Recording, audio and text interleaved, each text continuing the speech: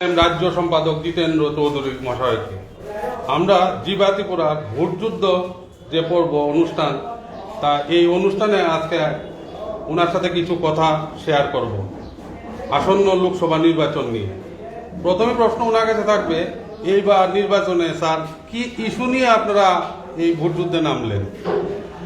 প্রথমত জিবা ত্রিপুরার চ্যানেলের মাধ্যমে সমস্ত কমলপুরবাসীকে সিপিআইএম তথা বামফ্রন্টের তরফ থেকে, সাথে যে আমাদের দেশপ্রেমিক যে জোট ইন্ডিয়া মঞ্চ তার তরফ থেকেও, এবং এই মঞ্চের তরফে যে আমাদের দুই কেন্দ্রে যে প্রার্থী রাজেন্দ্র রিয়াং এবং আশিস কুমার সাহার পক্ষেও আমি শুভেচ্ছা এবং অভিনন্দন জানাচ্ছি। এবারে নির্বাচন যেটা আমরা সর্বত্র বলছি, 5 বছর অন্তর আমাদের সংবিধানের নিয়ম মেনে দেশে ভোট হয় সমস্ত নির্বাচনী সংস্থার। এবারও এরকমই ভোট হচ্ছে, নতুন সরকার হবে, কিন্তু তারপরও এবারে নির্বাচন আমাদের দেশের নাগরিকদের সামনে নির্বাচক মণ্ডলীর কাছে এক নতুন তথা অত্যন্ত গুরুত্বপূর্ণ একটা দায়িত্ব নিয়ে উপস্থিত হয়েছে। সেটা হলো দেশের সংবিধানকে রক্ষার, গণতান্ত্রিক ব্যবস্থাকে বাঁচিয়ে রাখার এবং আমাদের দেশের যে এই স্বাধীনতার তার যে আকাঙ্ক্ষাকে এটাকে বজায় রাখার জন্য যে তার মূল কাঠামো ধর্মনিরপেক্ষতা, এটাকে টিকিয়ে রাখার। ভারতীয় জনতা পার্টির হাতে নরেন্দ্র মোদীর শাসনে গত 10টা বছরে এটা প্রায় খোকলা হয়ে গেছে এবং এটাকে সম্পূর্ণ ধ্বংস করার জন্য নরেন্দ্র মোদী এবং ভারতীয় জনতা পার্টি এই নির্বাচনকে হাতিয়ার করে এগুচ্ছে। এ থেকে দেশকে, সংবিধানকে রক্ষা করা, এটাই হলো আমাদের এবার নির্বাচনে মূল আবেদন বা মূল ইস্যু। এবার লোকসভা নির্বাচনে রাজ্যের 2টি আসনে বিরোধী দলের 2জন প্রার্থী রয়েছে, ওনাদের সম্পর্কে কি বলতে চাইছেন? হ্যাঁ, আমি প্রার্থী সম্পর্কে বিরোধী দলের বা আমাদের যারা প্রতিদ্বন্দ্বী, ব্যক্তিগতভাবে কেউ খারাপ ভালো আমি কথা বলবো না, এটা অন্য সময় বিচার হবে। আর কোনো ভোট শুধু ব্যক্তির বিচারে হয় না, বিচারটা হয় সেই দল বা জোটের তাদের নীতির উপরে ভিত্তি করে, তাদের কর্মসূচির ভিত্তি করে। কাজে সেদিক থেকে যদি বলা যায়, আমাকে যদি বলতে বলা হয় আমাদের প্রার্থীদের সম্পর্কে, আমাদের ইন্ডিয়া ব্লকের 2জন প্রার্থী রাজেন্দ্র রিয়াং দক্ষতার সাথে তিনি স্বশাসিত জেলা পরিষদের কার্যনির্বাহী সদস্যের কাজ চালিয়েছেন, মুন্সিয়ানার ছাপ রেখেছেন। তিনি 3বারের বিধায়ক ছিলেন, বিধায়ক হিসাবেও তার সাংবিধানিক দায়িত্ব তথা জনগণের প্রতি দায়িত্ব পালন করেছেন। সেদিক থেকে অত্যন্ত অভিজ্ঞ। অন্যদিক থেকে পশ্চিম ত্রিপুরা আসনের যিনি প্রার্থী আশিস কুমার সাহা, তিনিও আগরতলা মিউনিসিপ্যালিটির চেয়ারম্যান ছিলেন, বিধায়ক ছিলেন। কাজেই সেদিক থেকে 2জন যে আমাদের প্রার্থী অত্যন্ত সমৃদ্ধ, অভিজ্ঞ এবং সজ্জন। আচ্ছা, ইন্ডিয়া জোটে ভারতবর্ষের বিজেপি বাদ দিলে সমস্ত দলগুলিকে একসাথে নিয়ে এসেছেন, কিন্তু দেখা গেল হঠাৎ করে তৃণমূল কংগ্রেস পশ্চিমবঙ্গ একটু আলাদা মেজাজে মাঠে ভোটযুদ্ধে নামলো, এই ব্যাপারে কি বলতে চাইছেন? দেখুন, তৃণমূল ইন্ডিয়া ব্লকে যে শুরুতে থাকলেও কিন্তু তৃণমূলের কতগুলো তাদের নিজস্ব কতগুলো কর্মসূচি, নিজস্ব চিন্তাভাবনা, এদের লক্ষ্য, এটা সামগ্রিকভাবে ইন্ডিয়া মঞ্চ যে লক্ষ্য নিয়ে তৈরি হয়েছে সংবিধান বাঁচানোর, তা থেকে একটু আলাদা বা সংকীর্ণ। কাজেই সেই কারণে তৃণমূল নিজে থেকে নিজেদেরকে সরিয়ে নিয়ে গেছেন। ইন্ডিয়া ব্লক থেকে তাকে সরে যেতে জন্য বলা হয়নি। তার নিজস্ব নীতির কারণে, নিজস্ব চিন্তাভাবনার কারণে এই যে ইন্ডিয়া মঞ্চ যে বৃহত্তর লক্ষ্য নিয়ে এসছে, সেখানে হয়তো মানে নিজেদেরকে বজায় রাখা অস্বস্তিকর মনে করেছে, তাই করেছে, তার ব্যাখ্যা তারাই দেবেন। কিন্তু আমরা এইভাবেই তৃণমূলের সরে যাওয়া, আলাদাভাবে লড়াই করা দেখছি। আরেক দিক থেকে এটাও হতে পারে নয়, এটাই হয়তো মূল কারণ যে এই বিজেপি বিরোধী ভোটকে ভাগ করে দিয়ে বিজেপিকে 2-4টা আসন জেতার জন্য সুবিধা করে দেওয়া, এটা আরেক ধরনের হয়তো সেটিংও হতে পারে। পশ্চিমবাংলার লোক তো বলছেই এটা সম্পূর্ণ সেটিং, আমি দূর থেকে হয়তো বা সেভাবে বলতে পারছি না, কিন্তু পশ্চিমবাংলার লোক বলছেন এটা বিজেপির সাথে বাইরে যুদ্ধ খেলা, কিন্তু ভেতরে এদের একটা আন্ডারস্ট্যান্ডিং, ভোট ভাগ করে বিজেপিকে কিছু জিতিয়ে দাও। এখানে যেমন গত বিধানসভা নির্বাচনে ত্রিপুরা মাথা করেছে, ঠিক একই ধরনের খেলা সেখানে তারা খেলছে।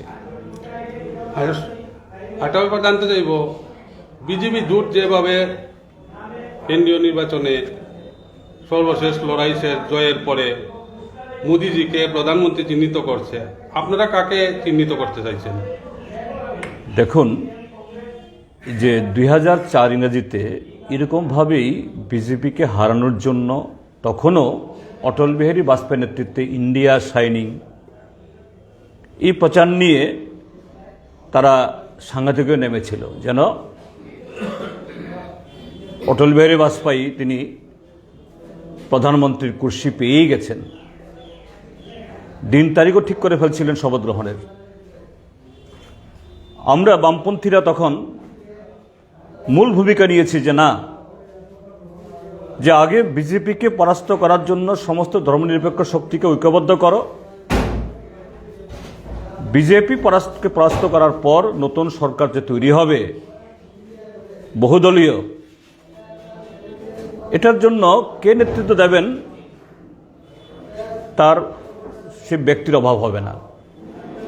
পশ্চিমবাংলাতে, ত্রিপুরাতে, কেরালাতে খুব মসৃণভাবে আমরা করে আসছি, এখনও কেরালাতে আমাদের সরকার আছে, কোনোদিন অসুবিধা হয় না, কাজে সেখানেও হবে না, এবং তাই হয়েছিল। নির্বাচনের আগে কোনো মুখ বাছাই করা হয়নি, কিন্তু নির্বাচন শেষে ডক্টর মনমোহন সিং প্রধানমন্ত্রী হয়েছেন এবং দুবার তিনি প্রধানমন্ত্রী ছিলেন, কাজে এটা কোনো ইস্যু নয়। আচ্ছা, এবার যে লোকসভার নির্বাচন হচ্ছে, এই লোকসভা নির্বাচনে কতটা আসন আশা করছেন যে ভারতে এতগুলি আসন পাবো? আপনাদের আশা কতটুকু হতে পারে? আমরা শুরু করেছি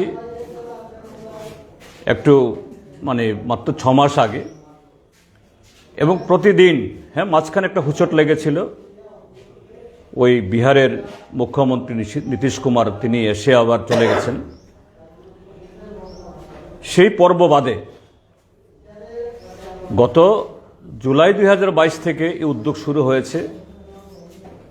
সেই একটা যে হোঁচট ছিল সাময়িকের, এটা বাদে ক্রমশ এগুচ্ছে, এবং আমরা নিশ্চিত 5 পর্বে ভোট হবে, শেষ পর্যন্ত গিয়ে ইন্ডিয়া ব্লকের জয় এবং বিজেপির গুরুতর পরাজয় এটা সুনিশ্চিত হবে, এবং সেভাবেই ক্রমশ এগুচ্ছে। আর এটা আরও বেশি করে সে ইঙ্গিত পাওয়া যাচ্ছে নরেন্দ্র মোদী, অমিত শাহ তথা বিজেপির যে অস্থিরতা, যেভাবে মরিয়া হয়ে সমস্ত নিয়ম কানুন সংবিধান এগুলার মাথা খেয়ে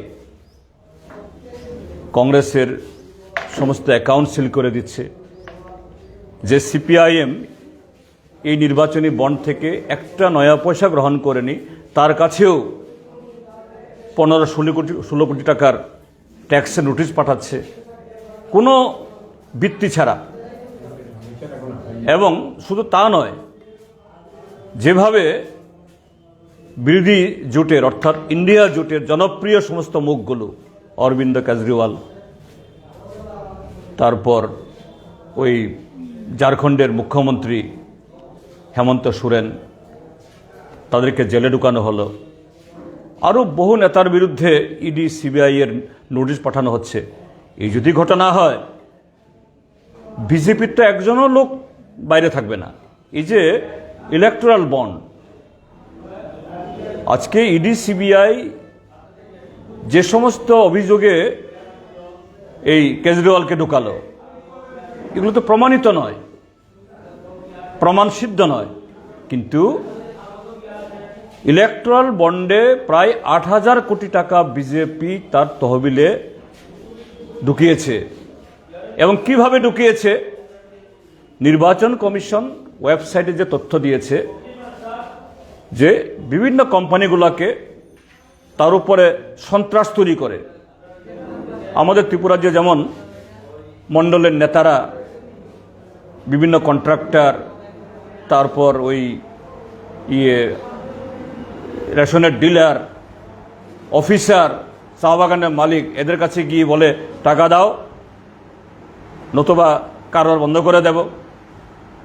এইভাবে ঠিকাদারদের কাছ থেকে, সাপ্লাইদের কাছ থেকে এই মণ্ডলের নেতারা লাখ লাখ টাকা আত্মসাৎ করে। রাতারাতি গত 6 বছরের মধ্যে 2তলা, 3তলা, 4তলা বাড়ির মালিক, গাড়ি বাড়ির মালিক। এটা ছোট জায়গায় আমরা দেখি। আজকে সর্বভারতীয় ক্ষেত্রে, জাতীয় ক্ষেত্রেতে ভারতীয় জনতা পার্টি এইভাবেই হাজার হাজার কোটি টাকা তুলেছে এবং এটা প্রমাণিত সুপ্রিম কোর্ট দ্বারা। অর্থাৎ সুপ্রিম কোর্ট বলে দিয়েছে এগুলো বেআইনি, অসাংবিধানিক। তাহলে তো জেপি নাড্ডার বাড়িতে পুলিশ যেতে হয়, প্রধানমন্ত্রীর বাড়িতে পুলিশ যেতে হয়, ওয়ারেন্ট ইস্যু করতে হয়, কেন হয় না? তাহলে এই যে ঘটনাগুলি, যারা অপরাধী এবং আদালত দ্বারা প্রমাণিত তারা সাধু, আর বাকি সবাই তারা হলো অপরাধী। এটা অস্থিরতা। কাজে সে অস্থিরতাই প্রমাণ করে নরেন্দ্র মোদীর বিদায় আসন্ন, দিন গণিয়ে আসছে। 4 জুন যত আসছে তত দিন তাদের বিদায় গণিয়ে আসছে। কাজেই শেষ রক্ষা হিসাবে খড়কুটো ধরে যেমন এই ডুবন্ত মানুষ বাঁচতে চায়, আজকে নরেন্দ্র মোদীরাও সেভাবে বাঁচতে চাইছে। এটাই হলো মূল কথা। আজকে ইন্ডিয়া জোটের সম্ভাবনা এভাবেই তার প্রতিফলন ঘটছে। আচ্ছা, ইন্ডিয়া জোটে একটা প্রশ্ন রয়েছে। দীর্ঘ 25 বছর আপনারা সরকারে ছিলেন, সিপিএম রাজ্য সরকারে ছিল এবং কংগ্রেস বিরোধী শিবিরে ছিল। আজকের যে ইন্ডিয়া জোট নেতৃত্বদের একসাথে দেখা গেল, কংগ্রেস কর্মীরা তারা কি ভালো কথা, ভালো খুশিয়ে ভোট দেবে মনে করছেন? খুব ভালো প্রশ্ন। কংগ্রেসের সাথে সিপিআইএম তথা বামফ্রন্টের মতাদর্শগত এবং কর্মসূচিগত পার্থক্য ছিল, আছে, আগামী দিনও থাকবে। কারণ কংগ্রেস এক ঘরানার, সিপিআইএম আরেক ঘরানার, বামফ্রন্ট আরেক ঘরানার। আমরা শ্রমজীবী অংশের মানুষের প্রতিনিধি, কংগ্রেস ঠিক সেরকমভাবে শ্রমজীবী অংশের মানুষের প্রতিনিধি তারা স্বীকার করে না এবং সেভাবেই তাদের কর্মসূচি। কাজে কংগ্রেসের সাথে আমাদের পার্থক্য ছিল কর্মসূচিগত। তারা বলে এই রাস্তায় দেশের প্রগতি করব, এই পথে জনগণের উন্নয়ন করব। আমরা বলি যে না, সে পথে হবে না। যারা গরিব, দরিদ্র সীমার নিচে বসবাস করে অংশের মানুষ, তাদের হিতে সর্বাগ্রে ভাবতে হবে। এটা কর্মসূচিগত ফারাক। কিন্তু বিজেপির সাথে ফারাক শুধু কর্মসূচিগত না, বিজেপি তো সংবিধানটাকেই অস্বীকার করতে চায়। এই যে বিধানসভা, লোকসভা, এটা জাস্ট লোক দেখানো। এরা লোকসভাকে মানে না, তারা বিধানসভাকে মানে না। বিধানসভাতে ত্রিপুরাতে কি হয় আমাদের কোনো আলোচনা করতে দেয় না। পার্লামেন্টে কি হয়, ডজন ডজন একই দিনে সকালবেলা বিল উত্থাপন করে বিকালবেলা পাশ হয়ে যায়, কোনো আলোচনাই হয় না। এটা লোক দেখানো। কংগ্রেস সেটা করেনি। কর্মসূচি ফারাক আর পুরো সংবিধানকে অস্বীকার করা এক না। কাজেই আজকে যখন সে সংবিধান আক্রান্ত, মানে স্বাধীনতা আক্রান্ত, স্বাধীনতা যুদ্ধে যেমন কংগ্রেস, কমিউনিস্ট, নরমপন্থী এবং চরমপন্থী সবাই ঐক্যবদ্ধ হয়েছিল, আজকেও ঠিক সেরকম একটা চরম মুহূর্ত উপস্থিত। আমাদের স্বাধীনতাকে হরণ করার জন্য, সংবিধানকে ধ্বংস করার জন্য লেগেছে। কাজেই এরকম একটা চরম মুহূর্তে, ঐতিহাসিক সন্ধিক্ষণে কংগ্রেস এবং সিপিআইএম আমরা হাত ধরে এটা দেশপ্রেমিক একজন নাগরিক হিসাবে বা দল হিসাবে এই দায়িত্ব পালন না করলে এটা অন্যায় হতো। আমরা সেই অন্যায় থেকে মুক্ত হয়ে আমাদের সেই পবিত্র দায়িত্ব পালন করার জন্য আমরা ঐক্যবদ্ধ হয়েছি। সর্বশেষ প্রশ্ন, বিরোধীরা কিছু প্রচার নিয়ে আসছে যে এবার নির্বাচনে ভোট যুদ্ধে প্রাক্তন মুখ্যমন্ত্রী মানিক সরকার সেইভাবে অ্যাক্টিভ না, এই ব্যাপারে কি বলতে চাইছেন? মানিক সরকার একটা দিনের জন্য আগরতলাতে বসে থাকছেন না। প্রায় প্রতিদিন হয় কোনো ঘরোয়া সভা, নয় কোনো প্রকাশ্য সভা করছেন, এবং পত্রপত্রিকাও আসছে, সোশ্যাল মিডিয়াতে আসছে। এটা বিরোধীদের অর্থাৎ শাসক দলের এটা আত্মসন্তুষ্টি তারা পায়, এই সন্তুষ্টির কোনো কারণ নেই। তার মানে মানিক সরকার আমাদের সম্পর্কে একটু আপনি কম, মানে জাল মিঠা কম দিয়ে কথা বলুন। মানিক সরকার কি এরকম তাদের মতো সুবিধাবাদী রাজনীতিক নাকি? না, আমি বলছি না, অ্যাকচুয়ালি কিছু লোক বলছে যে না, এটার তো কোনো সারবত্তা নেই। এবং বিপ্লব দেব বলছে ভোট এবার অন্যরকম হবে। ও তো বিপ্লব দেবকে তো আমি রাজনীতিকই মনে করি না। বিজেপির মতো দলে অবশ্যই এরকম লোকরাই নেতা হন, মুখ্যমন্ত্রী হন, যিনি ইতিহাস বুঝেন না, ভূগোল বুঝেন না, বিজ্ঞান বুঝেন না, ধর্মশাস্ত্রের সাথে ওই পার্টিশাস্ত্রের পার্থক্য বুঝেন না। তার কথার কি জবাব দেব? তার কি মানে আছে? কোনো কি মূল্য আছে? সর্বশেষ স্যার, এবার 2টি আসনে রেজাল্ট কতটুকু আশা করছেন? 2টি আসনে এখন অবধি আমরা যা দেখছি, প্রশাসন মোটামুটিভাবে তার দায়িত্ব পালন করার চেষ্টা করছে, এবং জনগণও এই যে আজকে এখানে আমাদের কর্মসূচি হলো সালেমাতে, এই হালাহালিতে আমাদের কোনো লোককে গাড়ি দিচ্ছে না, অটোওয়ালা ভাড়া পাবে না, যেতে পারবে না, ভয় দেখাচ্ছে। তারপরও আজকে মানুষ এসছে এবং আসবে। এই সবটা যদি শেষ অবধি আমরা বজায় রাখতে পারি, ভারতীয় জনতা পার্টির 2টি আসনেই এবং আগরতলা যে রামনগর উপনির্বাচনে বিজেপির প্রার্থীদের পরাজয় সুনিশ্চিত, এবং সর্বত্র আমরা দারুণ সাড়া পাচ্ছি, দারুণ। কাজে এই ক্ষেত্রে বলতে পারি খুবই প্রত্যয়ের সাথে এটা নীরব বিপ্লব এবার হবে। বহু বিজেপি সমর্থক 18তে যারা ভোট দিয়েছিলেন তারা অনেকেই 23-এ দেননি। 23-এ যারা দিয়েছেন তাদের মধ্য থেকেও অনেকে এবার বিজেপিকে ভোট দেবে না, এরা যোগাযোগ করছে। কাজেই একটা চমকপ্রদ ফল ত্রিপুরাতে হবে, এ সম্পর্কে কোনো সন্দেহ নেই। আজকে জিবা ত্রিপুরার ভোট যুদ্ধ পর্ব এখানেই শেষ করলাম। দেখতে থাকবেন জিবা ত্রিপুরা।